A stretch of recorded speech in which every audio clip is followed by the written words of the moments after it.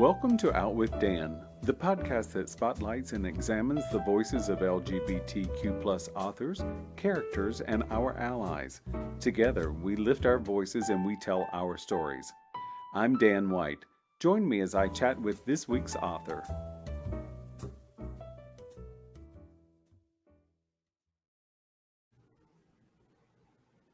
Maybe.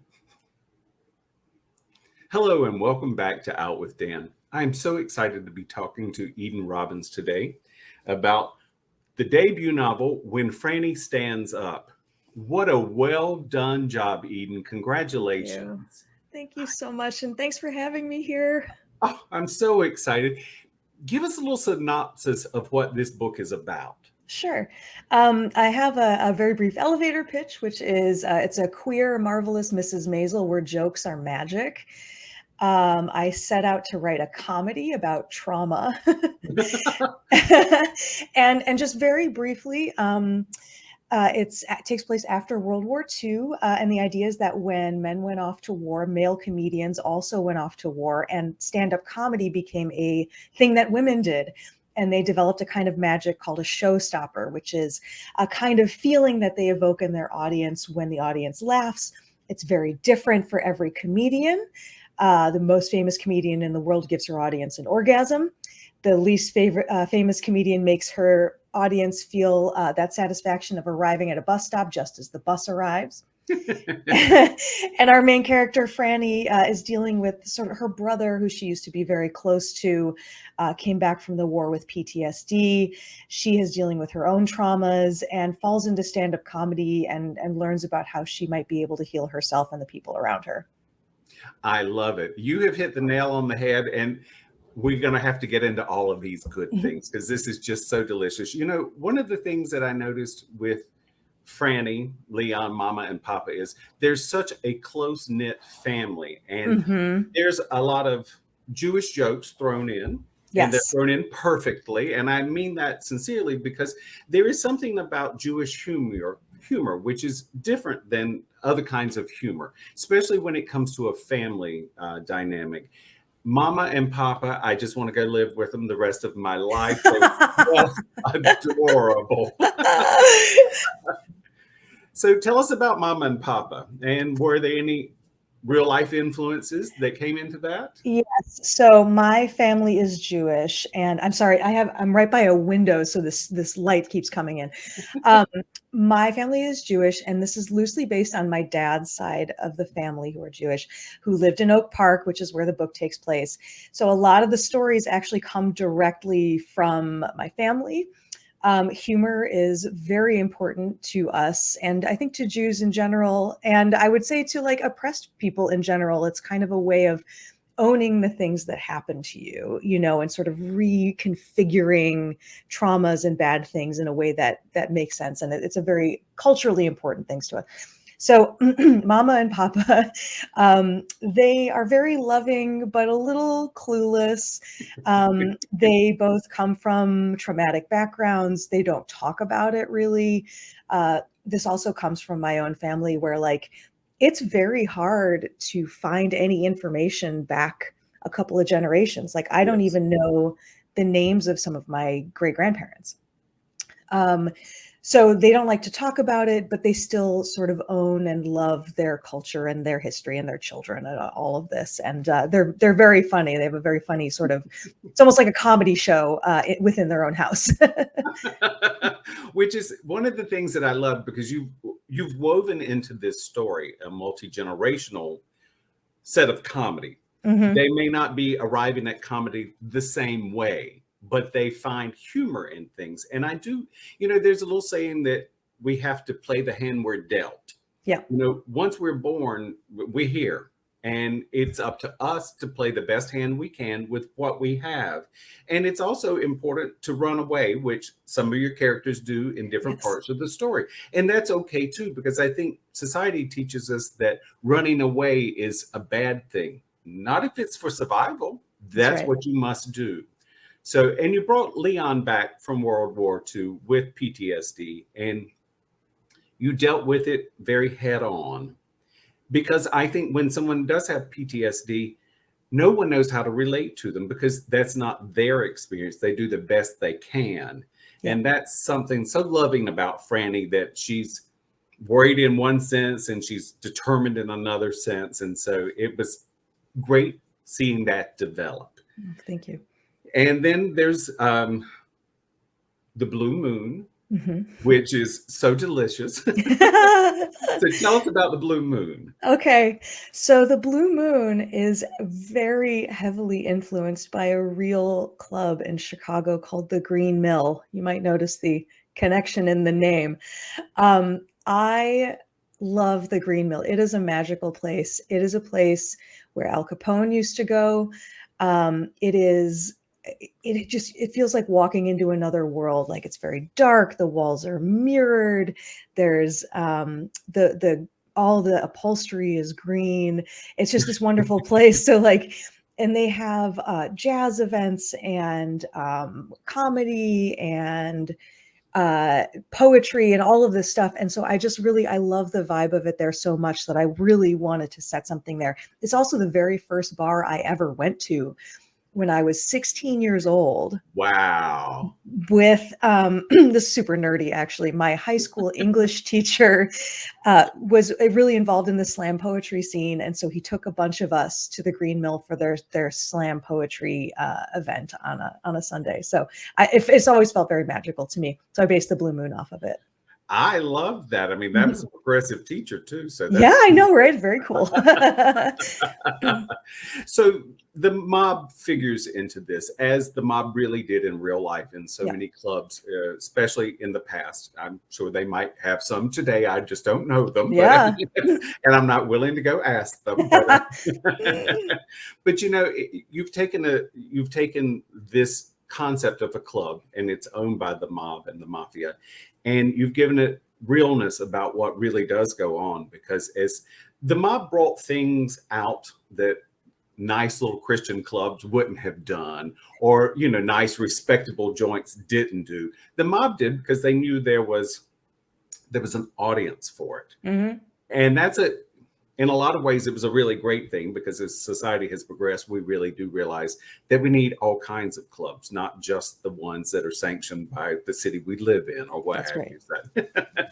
So I loved that. Do you do any stand-up yourself? So to research this book, I took a stand-up comedy class. Okay. It was for women, actually. It was like such an amazing class. It was taught by this comedian, Alex Kumin, Kumin. She's hilarious and wonderful. And she's actually been sort of a guide for me throughout. She's very patient, answered all of my questions. But yes, I took this class, and by the end of the class, all of us had a 5-minute stand-up set, a tight 5. All right. And then like so many other classes, there was like a recital at the end. So we did a show, and I'm so glad I did it, because I really got a sense of like what goes into making a set, how hard it is, how much of a process it is. And then also just the physical sensations of what it feels like to be on stage about to say something, and the nerves and the power and all of this, the way that it feels, how it genuinely feels magical when you can make a room laugh. Absolutely. And so I only did it that one time. And part of it is because it's such hard work. It is so hard to write comedy. And also, you have to be a person who stays up really late, and I'm old and I go to bed early. So you and me both. I was just like, I can't hang with this. This is so late. I can't let my happy hour last too long for that. I can't stay up that late. Yeah, no, it's like the open mics start at like 10 or 11 on a weekday, and I'm like, oh no. No. That's when I go to bed. Right. So many people over the years, because, you know, I'm a goofball. So many people over the years have said, oh, you should do stand up. And my answer has always been the same. No, it's because it is a lot of work, and you can't be afraid of failing. And you get feedback Yeah, immediately. Like in that moment, you know if something is hitting or not. yeah. Yeah, Yeah. and not everything hits, No. that's something. And so of course that stand-up set is a precursor to what you're going through with your book launch as Yeah. well, Yes. because you have to talk about yourself. That's the way that works. So Yeah, not my favorite thing to do. it takes practice. Yeah. So Franny, she goes through a huge evolution in this book, Yeah. and in such a positive way. I mean, lots of things happen to Franny along the way that are good and bad, but she goes through such an evolution, and there's such an inclusion to what you've done in your book, in including characters of different faiths, of different races, of different sexual orientations. And that was really, really quite delicious to read. And Thank you. you said it in a time where that was very difficult. Mhm. Um, so in your writing of this book, how much I do know from the end chapter, which I'll let you explain, about Dr. Avery and all that, I really enjoyed that aspect of the book as I did everything else. Mm. Tell us a little bit about who real life Dr. Avery is. So yeah, Dr. Avery is based on Dr. Percy Julian, who was this brilliant chemist, a black chemist, who basically, I mean, he did so much. He invented so many things, and he's essentially responsible for hormonal birth control. Wow. And I mean, he was incredible. And obviously, as a black chemist in the 1940s and 50s and 60s, was up against huge blockers. Like people didn't want to hire him. Obviously, he had to move all around the country in order to find work. He ended up moving to Oak Park, Illinois, and lived in a wealthy white, mostly Catholic neighborhood. And there were a couple of bomb threats and a couple of bombings of his house where he and his family lived. That was super terrible, and it rocked the town because Oak Park was actually quite progressive in terms of, or at least what they told themselves at the time. So, but it's interesting because this did sort of lead to these very progressive policies in Oak Park about housing and about protecting and encouraging a more diverse group of people to move there. The reason I included this character is because my dad literally grew up across the street from him. Oh, wow. And so he was there when the Julian's house was bombed. Hmm. And so I was like, well, that, I mean, it's interesting that, the 1950s, we have this kind of glossy view of what it was like, but I just didn't feel okay writing about it without talking about some of this horrible stuff. And then, of course, but as a white writer myself, how do I do this in a respectful way? How do I do the work? How do I make sure that it's for modern audiences, Yes. but Yeah. still reflecting the times? So yeah, this was a very important aspect of it to me. And Dr. Julian, I mean, he's just such an amazing person. I highly recommend you look him up. There's a Nova special on him that's just incredible. It's important to, I think, what you do in your book, and it brings it out. And it's important for me as an interviewer with you to highlight that a lot of Jewish people experience the exact same things that Dr. Avery and his family do in this book. I lived in Miami for a long time, and everybody thinks of Miami and Miami Beach as this free for all. But Jewish people weren't allowed in a lot of places in Miami. There was one country club that they were allowed to, and they formed their own. But the blacks didn't have a country club. They were relegated to Overtown, which, of course, when you get to the Overtown section, I'm like, oh, I know where that is. And Yeah. it was very different. And I think it's important for modern audiences to be reminded of that. We have so many wonderful things that we experience in this life, but we've had a lot of struggle along the way. Absolutely. I'm sorry. Go ahead. No. I was there. I think I think it's true. I think it is a little tricky as well because Black Americans have had a completely different experience than Jewish Americans, and so I don't want to equate the two experiences at all. But there was certainly like a lot of things that Jews have experienced throughout time that I think does sort of get relegated to history, because we are often white, and have become white over time. So yeah, it is important to remember that that there were these sort of restricted places for Jews as well, but it was a very different experience. Yes, and I agree with you. It's not to equate the two of them, but we all have had experiences. Queer people have had experiences similar to these. Racism and all the other things that go along with it, it's never right. And it's never an easy way to express it in a book either, especially when it's, so let's get this back to a comedy book. So, because it is important to realize, and just as Franny and the family go through their experiences, they use humor. Yes. And that is, a lot of people have used humor to deflect, Mm-hmm. but a lot of people have used humor to stay alive and Yes. and to get their life going. And that is something you have certainly brought us in this book that I'm already a fanboy, so I just can't get enough of it. So I know that you're out on November 1st. Mm-hmm. Congratulations. Thank you. We will air a little bit after that, but congratulations on your book launch. Thank you. I know it's going to be so successful. It is such a delicious read. Are you working on something else? I mean, I know this is just coming out the door, but every author has something on the back burner. I do. Yeah, I have a second book that's going to be coming out when I'm done with it.